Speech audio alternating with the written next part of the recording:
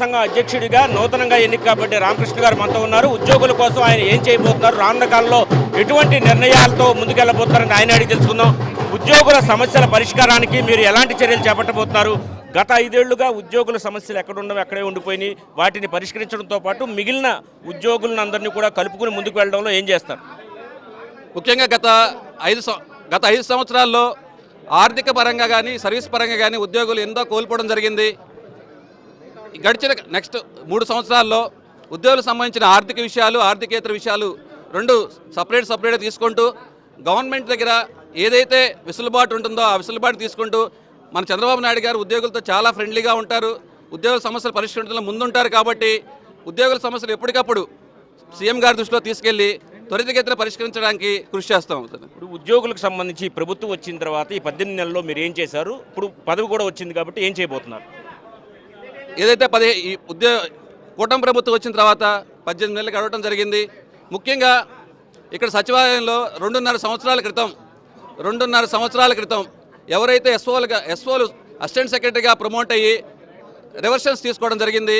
గౌరవ ముఖ్యమంత్రి గారు సహృదయ భావంతో వాళ్ళందరికీ నోషనల్ ప్రమోషన్స్ ఇప్పించగలిగాము. విత్ మానిటరీ బెనిఫిట్స్, సర్వీస్ బెనిఫిట్స్తో సహా ఆ 50 మందికి అసిస్టెంట్ సెక్రటరీగా మన పదోన్నతులు ఇప్పించడం జరిగింది.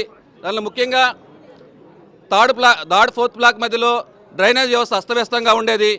గౌరవ ముఖ్యమంత్రి గారి సూచనలతో సిఆర్డీ వారి నుంచి 40 లక్షల రూపాయలు నిధులు మంజూరు చేయించి డ్రైనేజ్ సిస్టమ్ బాగు చేయించడం జరిగింది.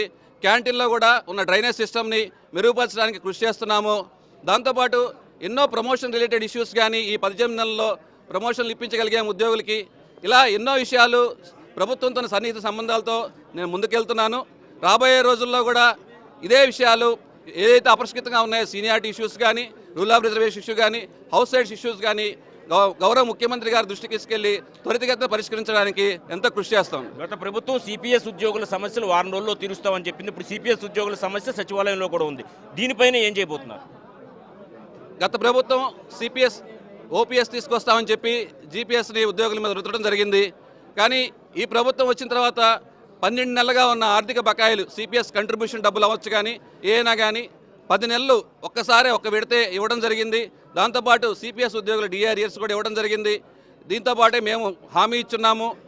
ఏదైతే ఓల్డ్ పెన్షన్ సిస్టమ్ తీసుకురావడానికి కృషి చేస్తూనే సెంట్రల్ గవర్నమెంట్ ఏదైతే ఎంప్లాయీస్కి ఇస్తుందో అదే 10% కంట్రిబ్యూషన్ని 40% చేయడం కానీ, ఫర్దర్గా వాళ్ళు ఇచ్చిన అలవెన్సెస్ కానీ ఏదైనా కానీ స్టేట్ గవర్నమెంట్ ఎంప్లాయీస్కి ఎక్స్టెండ్ చేయించడానికి మేము శాయశక్తిగా కృషి చేస్తాం.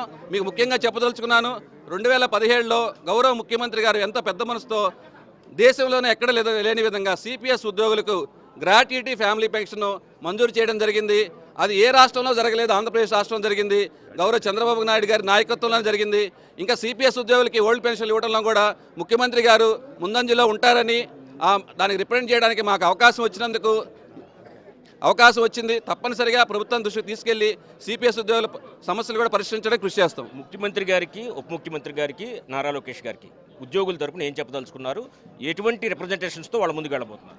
ముఖ్యంగా గౌరవనీయులు ముఖ్యమంత్రి గారు చంద్రబాబు నాయుడు గారు, ఉప ముఖ్యమంత్రి పవన్ కళ్యాణ్ గారు, నారా లోకేష్ గారు ఈ 18 సంవత్సరాల నుంచి ఈ 18 నెలల నుంచి రాత్రనక పగలనక రాష్ట్రానికి పెట్టుబడులు తీసుకురావడానికి ఎంతో కృషి చేస్తున్నారు.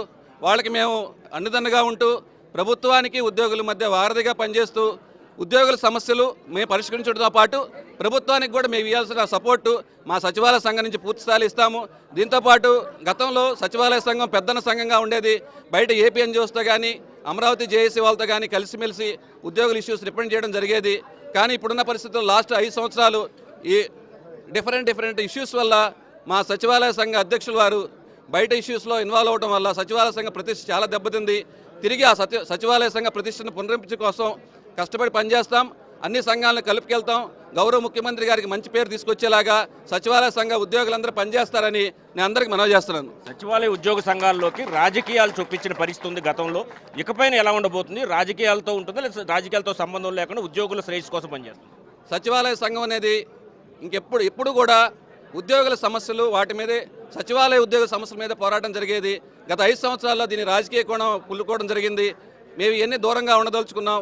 ఉద్యోగుల సమస్యలు ప్రభుత్వం దృష్టికి తీసుకెళ్ళటం, మా సమస్యలు ఏమైనా ఉన్నాయో ప్రభుత్వం దృష్టికి తీసుకెళ్ళటం, ప్రభుత్వంతో సానుకూలంగా ఉండడం తప్పితే రాజకీయ విషయాల్లో కూడా ఏ రోజు సచివాలయ సంఘం ఇన్వాల్వ్ కాదని మీ ద్వారా తెలియజేస్తున్నాను. Okay sir, thank you. మొత్తం మీద సచివాలయ ఉద్యోగుల సంఘం రాజకీయాల్లో ఇన్వాల్వ్ కాదు, కేవలం ఉద్యోగ సమస్యలు ప్రభుత్వం దృష్టికి తీసుకెళ్లి వాటి పరిష్కరించే ప్రయత్నం చేస్తాం. గడిచిన 18 నెలలుగా అనేక సమస్యలు పరిష్కారం అయ్యాయి ప్రభుత్వం వచ్చాక.